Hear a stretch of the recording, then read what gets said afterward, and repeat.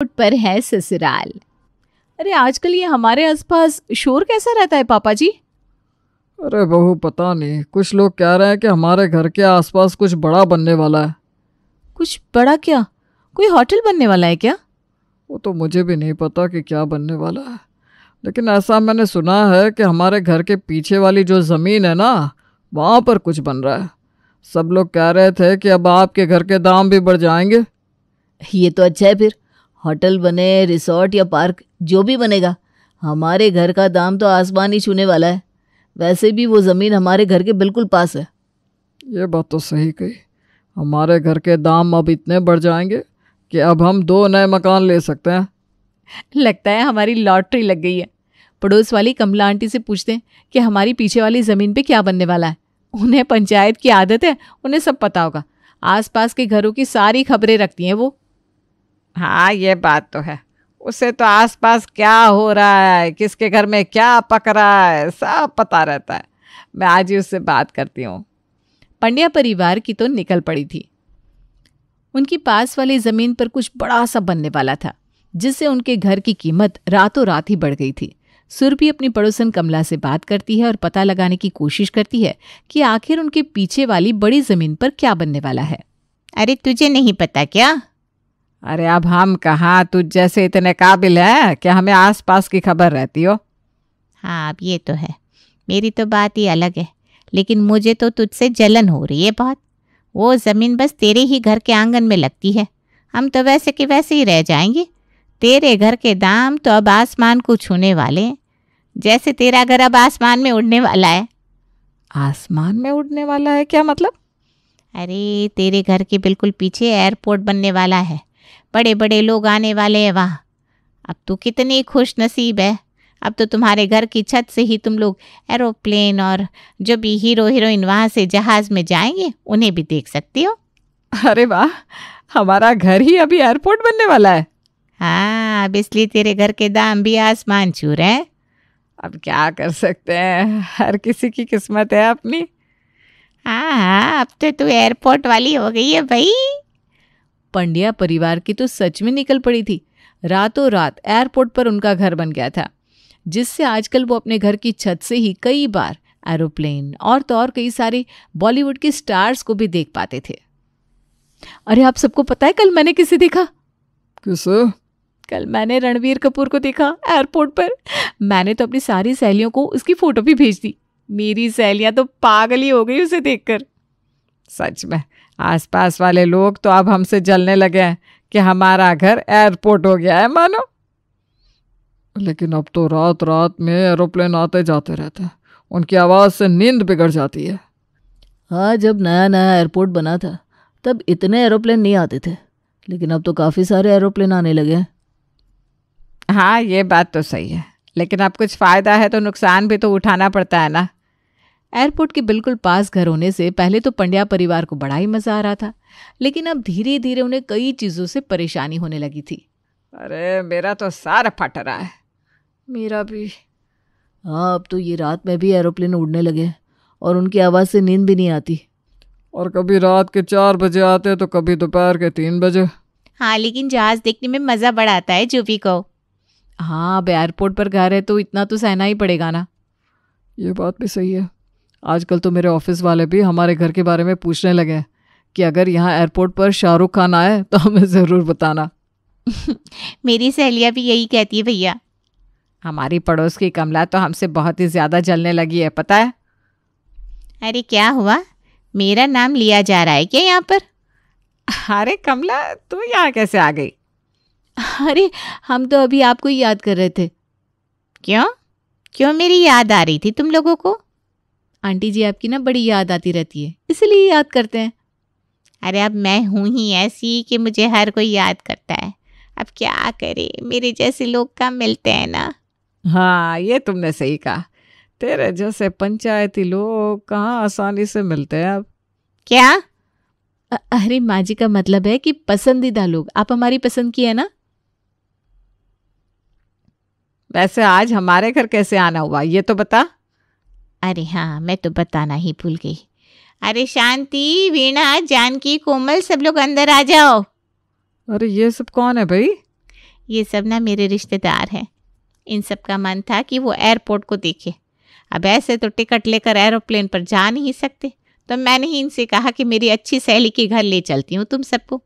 उसका घर एयरपोर्ट पर ही है। ये सब एयरपोर्ट देखने आए हैं? हाँ, यहाँ तुम्हारी छत से मस्त दिखता है ना एयरपोर्ट, और एरोप्लेन भी तो दिखते हैं, इसीलिए मैं इन्हें यहाँ ले आई। क्यों, तुम्हें कोई दिक्कत है क्या?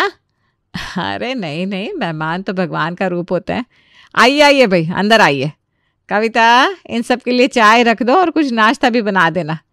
आप लोग चलिए छत पर, थोड़ी देर में आपको एरोप्लेन भी दिख जाएगा। आओ आओ, मैंने कहा था ना मेरी पक्की सहेली है।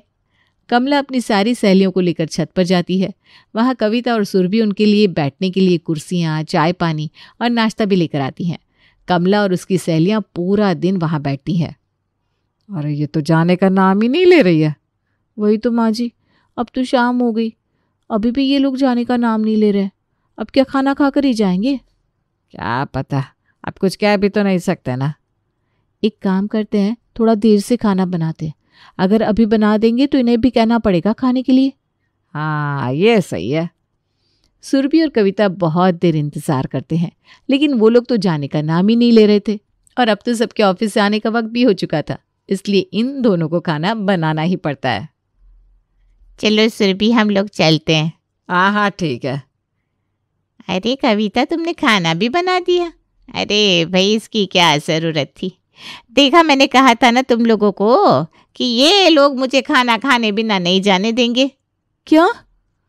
चलो सब लोग बैठ जाओ, खाना ठंडा हो जाएगा। कविता बहू, तब तक तुम रोटियां बना दो, हम ना गर्मा गर्म ही खा लेंगे। जी। अगर तुम लोगों को देर हो रही है तो तुम लोग जा सकते हो, कोई बात नहीं, किसी और दिन खाना खा लेना। अरे नहीं नहीं, ऐसे कैसे हम जा सकते हैं? तुम लोगों ने हमारे लिए इतनी मेहनत की है तो हम खाकर ही जाएंगे ना। कविता बहू, बन गई रोटियां? जी बस बना रही हूँ। जिस बात का सुरभि और कविता को डर था, आखिर वही हुआ। सारा खाना तो कमला और उसकी सहेलियां ही खा गई और उन दोनों को फिर से खाना बनाना पड़ा। ये होते हैं बिन बुलाए मेहमान, अब हमें फिर से खाना बनाना पड़ रहा है। आज के बाद कभी इन्हें आने ही नहीं देंगे घर में। हाँ, कह देंगे, आसमान में बादल की वजह से एरोप्लेन नहीं उड़ने वाला है। अरे क्या हुआ भाई, क्यों दोनों इतनी गुस्से में लगी पड़ी हो? छोड़ो भी, अब क्या ही बताए तुम्हें। चलो खाना खाते हैं। आज खाने में सिर्फ पराठे और दही, ऐसा क्यों? अरे कमला आई थी अपनी सहेलियों को लेकर, उसी की खातिरदारी में सारा खाना उन्हें खिलाना पड़ा। चलो कोई बात नहीं, कौन सा मेहमान हमारे घर रोज रोज आते हैं। कमल को क्या पता था कि आने वाले दिन में उसके घर इतने मेहमान आने वाले हैं कि उनका घर घर नहीं धर्मशाला बनने वाला है। अगले दिन सुबह के 4 बजे थे और पंड्या परिवार के दरवाजे की टिंग डोंग घंटी बजती है। अरे इस वक्त कौन आया भाई? सुबह के 4 बज रहे, पता नहीं कौन है दरवाजे पर। मैं जाकर खोलता हूँ दरवाजा। सुनो, ध्यान से खोलना, कहीं कोई चोर ना हो। आजकल तो ऐसे चोर बहुत हो गए जो आधी रात को आते हैं और लूट कर चले जाते हैं। मैं एक काम करता हूँ, हाथ में डंडा लेकर जाता हूँ सेफ्टी के लिए। आकाश हाथ में डंडा लिए दरवाज़ा खोलता है तो देखता है कि वहाँ तो गांव से आए फूफा जी और बुआ जी और उनका पूरा परिवार था। अरे बुआ जी, आप सब यहाँ क्या कर रहे हैं? वो भी इस वक्त? सब ठीक तो है ना? अरे सब ठीक है, लेकिन पहले दरवाज़ा तो खोल, हमें अंदर आने दे। ये देखो, लोग अपने फूफा जी के स्वागत में फूल लेकर खड़े होते हैं, ये लड़का डंडा लेकर खड़ा है। मुझे आना ही नहीं इस घर में। अरे फूफा जी, आपकी आदत नहीं गई, आते ही रूठ गए अब तो। मुझे लगा इस वक्त कोई चोर ना हो, इसीलिए बस डंडा लेकर खड़ा था। अरे हम तुम्हें चोर लग रहे हैं क्या? मैं जा रहा हूँ यहाँ से। अरे ऐसा कुछ नहीं है, आप अंदर आइए। जीजी, आप इतनी सुबह सुबह यहाँ क्या कर रही हैं? अरे हमारी टिकट है एरोप्लेन की और एरोप्लेन 4 घंटे देरी से चलेगा, इसलिए हम यहाँ आ गए कुछ देर आराम करने को। क्यों भाई, अब अपने भाई के घर भी नहीं आ सकती क्या? मैं जा रहा हूँ, यहाँ किसी को हमारे स्वागत की पड़ी नहीं है। अरे नहीं नहीं फूफा जी, आप सब बैठिए, मैं अभी आपके लिए चाय बना कर लाती हूँ। सिर्फ चाय? ये कैसी खातिरदारी हुई? ना कोई पकवान, ना कोई मिठाई, ना कोई फल? जी जी, सब आएगा, आइए बैठिए। अब सुबह सुबह ये कहाँ से टपक पड़े। कुछ कह रही है क्या तू सुरभि? अरे नहीं नहीं, मैं तो खुश हो रही हूँ कि आप लोग यहाँ आए हैं। आप लोग बैठिए, मैं रसोई में कविता की मदद कर देती हूँ। सुबह के 4 बजे पंड्या परिवार के पास जो ये अनचाहे मेहमान आ गए थे, पूरा परिवार उनकी खातिरदारी में लगा हुआ था। मम्मी जी, ये फूफा जी के आगे कम से कम 10 पकवान रखेंगे, तब जाकर ये खुश होते हैं। हमें लगा था एयरपोर्ट हमारा घर हो गया है तो हमें तो सुख ही सुख मिलेगा। यहाँ तो उल्टा हो रहा है, हमें ज़्यादा मेहनत करनी पड़ रही है। अरे अभी तक पकोड़े क्यों नहीं आए भाई? जी फूफा जी, बस ला रही हूँ। चलिए माँ जी, पहले इनको तो घर से भगाएं। कविता और सुरभि सुबह के 4 बजे से बुआ जी और उनके परिवार की सेवा में लगे हुए थे और फिर जाकर वो 9 बजे वहाँ से जाने लगे थे। लेकिन जाते जाते भी उन्होंने कुछ ऐसा कहा जिसने पंड्या परिवार की नींद उड़ा दी। बड़ा ही अच्छा लगा यहाँ आकर सच में, इसलिए हमने तो अपने 15-20 रिश्तेदारों को कह दिया है कि यहाँ आकर वो एयरपोर्ट और एरोप्लेन देख सकते हैं। क्या?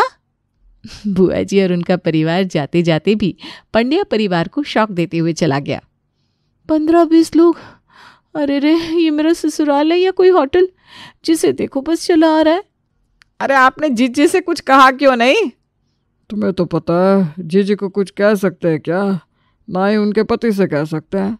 नहीं नहीं नहीं, 15-20 लोगों का खाना पीना, उनकी सेवा हमसे ना हो पाएगी। कुछ तो करना ही होगा आप लोगों को।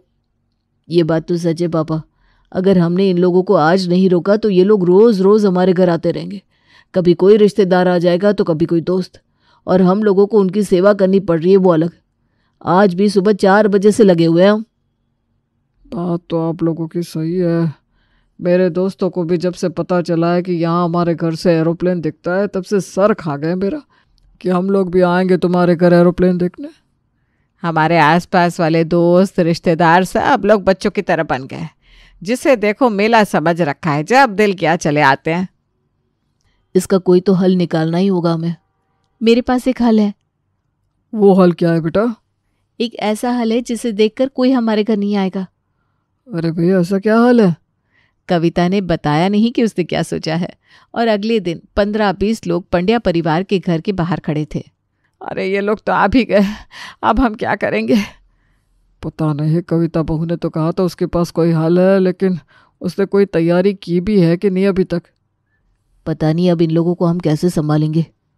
कोई जल्दी से कविता बहू को बुलाओ और उससे पूछो कि उसके पास क्या प्लान है। कहीं ऐसा ना हो कि हमें इन लोगों की सेवा करनी पड़ जाए और हम कुछ सोच भी ना पाए। अरे पर ये कविता बहू है कहाँ? सुबह से दिखाई नहीं दे रही। हाँ, मुझे भी सुबह से दिखाई नहीं दी है, पता नहीं कहाँ है। अरे वो वहाँ है, दरवाजे पर देखो। अरे ये क्या, वो तो सारे लोगों का स्वागत कर रही है। ये था उसका प्लान। अरे इससे अच्छा होता कि हम कोई बहाना बनाकर यहाँ से चले जाते।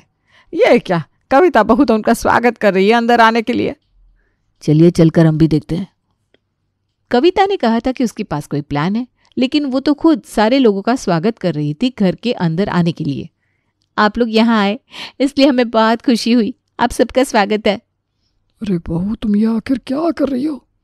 अरे पापा जी, मैं इन सबका स्वागत कर रही हूँ मेरे एयरपोर्ट वाले ससुराल के मेले में। क्या? हाँ देखिए, मैंने यहाँ बोर्ड भी लगाया है, 1 घंटे के 1000 रुपये। क्या 1000 रुपये? जी, यहाँ देखिए ना, लिखा हुआ है पंड्या परिवार के एयरपोर्ट वाले ससुराल में आपका स्वागत है। 1 घंटा यहाँ बिताने के लिए आपको 1000 रुपये देने हैं। आइए ना, आपका स्वागत है। अरे नहीं नहीं, हम तो यहाँ बस यूं ही आ गए थे, हमें कोई शौक भी नहीं है एरोप्लेन देखने का। अरे ऐसे कैसे, आइए ना। आप जितनी देर, जितने घंटे यहाँ रुकना चाहते हैं, हम आपकी खूब सेवा करेंगे, है ना? वाह, क्या आइडिया निकाला है। 1000 रुपये घंटे के कौन ही देगा। अरे आइए आइए, आपका स्वागत है। और नहीं नहीं, हम चलते हैं, हमें देर हो रही है। देखो सब ना कर रहे हैं। अरे आइए ना अंकल जी, क्यों ऐसे जा रहे हैं? अरे अंकल जी सुनिए तो। अरे वाह, अंकल तो चले गए। वाह कविता बेटा, क्या प्लान था, सब लोग भाग गए। अब ये बोर्ड यहीं लगा रहेगा। अब देखती हूँ कौन आता है ये एरोप्लेन वाला ससुराल देखने को।